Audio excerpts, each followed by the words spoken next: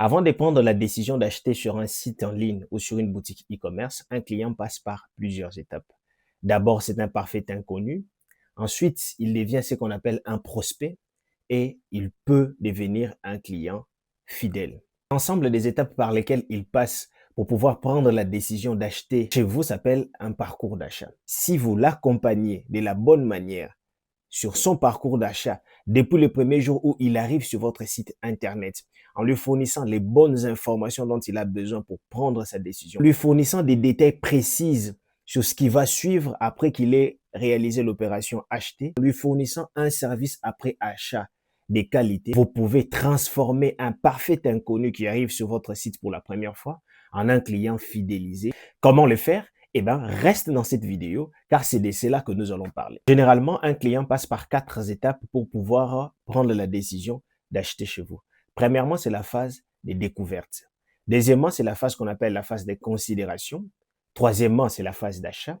Et quatrièmement, c'est la phase de fidélisation. Un bon marketeur est celui qui met en place une sorte d'entonnoir qui va récupérer les clients à l'entrée et à la sortie fera de lui un client fidélisé. Le premier objectif est celui de lui envoyer un email de découverte. Cet email de découverte va servir de bienvenue. C'est une façon de lui souhaiter la bienvenue sur nos canaux, mais c'est aussi une occasion pour nous de nous vendre, de manière à ce qu'il puisse en savoir un peu plus sur nous. Parce que s'il est arrivé chez nous, c'est qu'en réalité, il est en train de chercher quelque chose. Et essayer de lui faire comprendre que nous avons la solution à son problème. Le deuxième type d'email que nous allons lui envoyer, ce sont des emails de considération. Ici, nous commençons à nous positionner pour nous différencier de la concurrence. Nous commençons à lui envoyer des données qui vont l'aider à faire une étude comparative entre ce que nous proposons et ce que propose.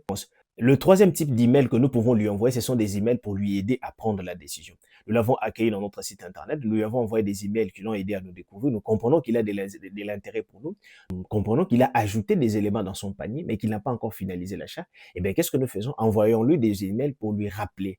Envoyons-lui des promotions. Et lorsqu'il a acheté chez nous, nous pouvons aller plus loin pour lui envoyer des emails de fidélisation. Alors, ici, nous allons d'abord commencer par lui envoyer des emails de remerciement. Merci d'avoir acheté chez nous. Envoie-lui des emails qui vont l'aider à comprendre le processus après. Maintenant que tu as acheté, voilà comment ça va se passer. Et voici un bouton qui peut t'aider à traquer ton colis.